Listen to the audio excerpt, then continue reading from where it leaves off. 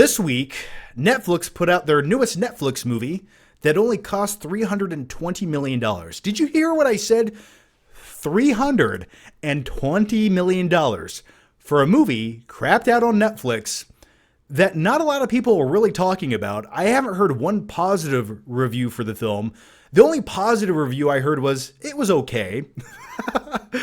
Could you imagine spending $320 million on a film and the feedback that you get is, it's okay, or it sucks, or what a waste of money.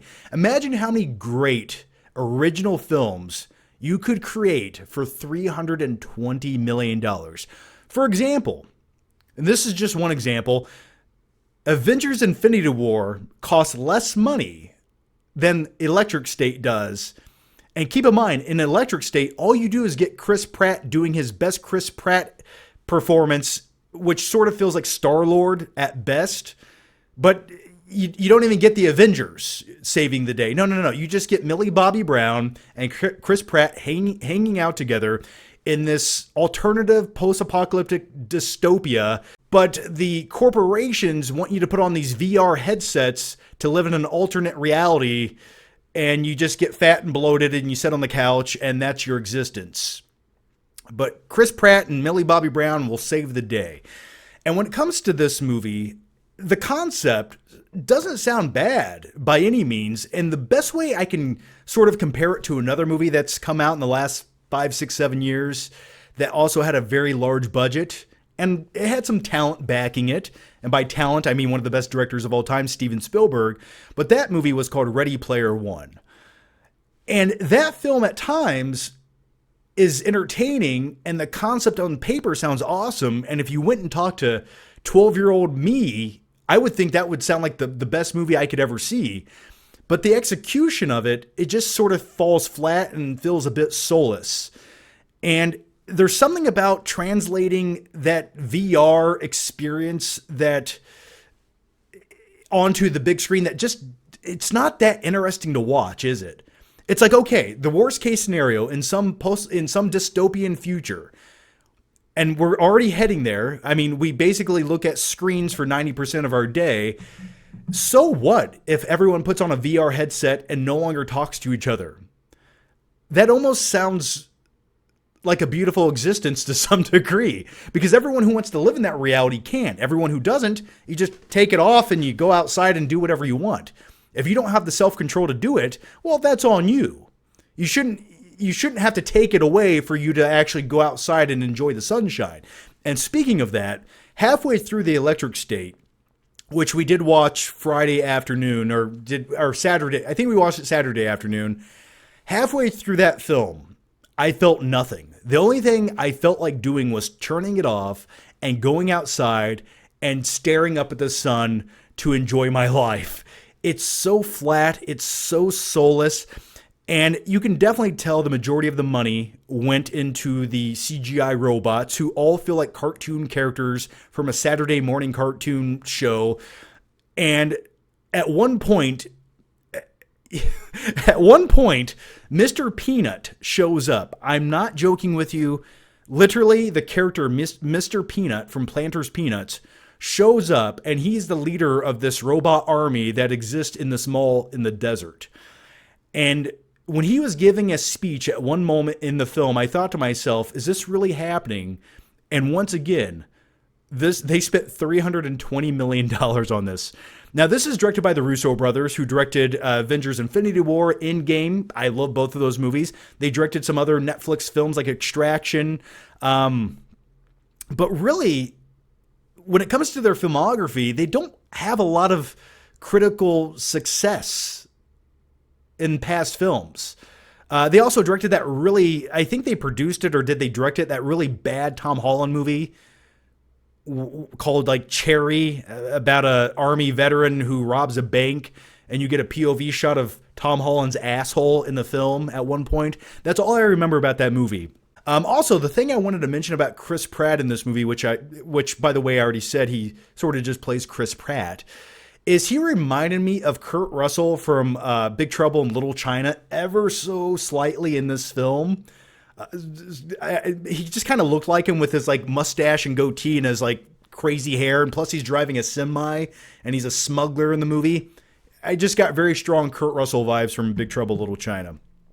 Millie Bobby Brown in the movie, she was fine. I don't think she gives a bad performance. She just doesn't necessarily give one that makes me feel anything.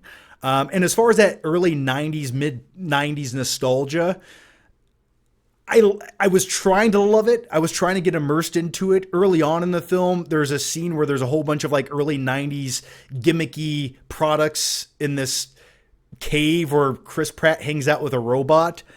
I think the robot was voiced by Anthony Mackie. Nevertheless, that was kind of fun, but the movie just gets so cliche after that. It just feels like a culmination of 20 other movies you've already seen 50 times.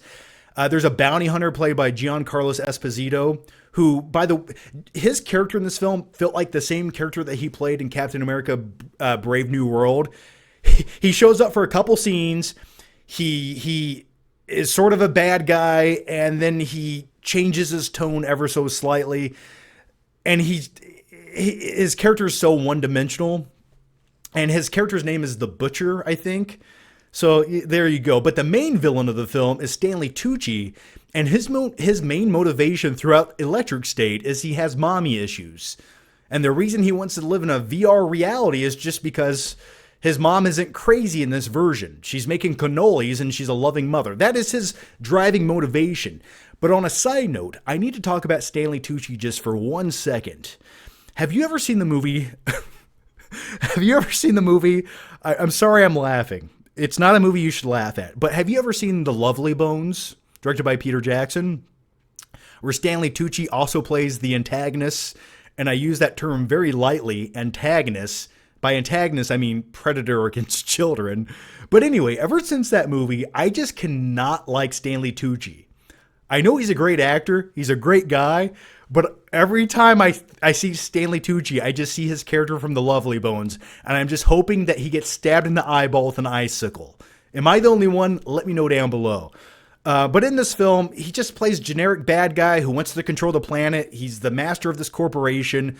But by the climax of Electric State, when you have all these laughable, cartoonish robots fighting in this field outside of Apple headquarters, and I'll just call it Apple headquarters, it's the most anticlimactic sequence in a $320 million film I think I've ever witnessed, and I couldn't wait for it to be over.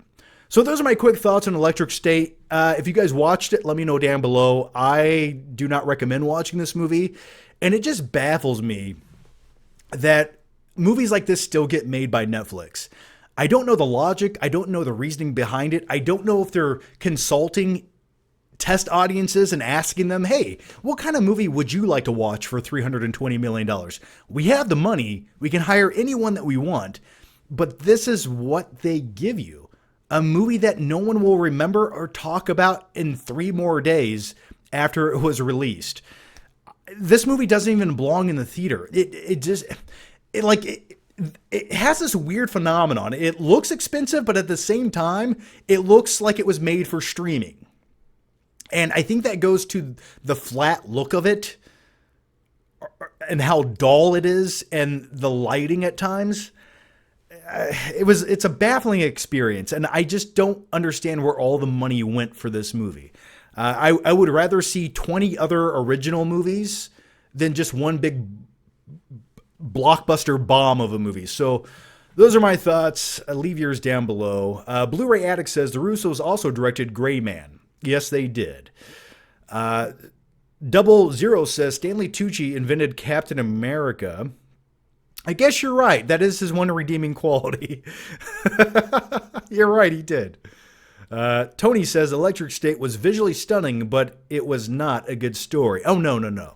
You would think a road trip movie would be a lot of fun with all these crazy robots and 90s nostalgia, but it doesn't really capitalize on anything to the point where it's exciting or visceral in any sense of the word. So, for example, the best way I can describe the Electric State is it is the most expensive digital background noise ever created. That is what the Electric State is when it comes to a film. It's not something you really need to pay attention to, but you can kind of like fold your laundry in the background as it's playing, or scroll on Instagram, or what have you. It's background noise.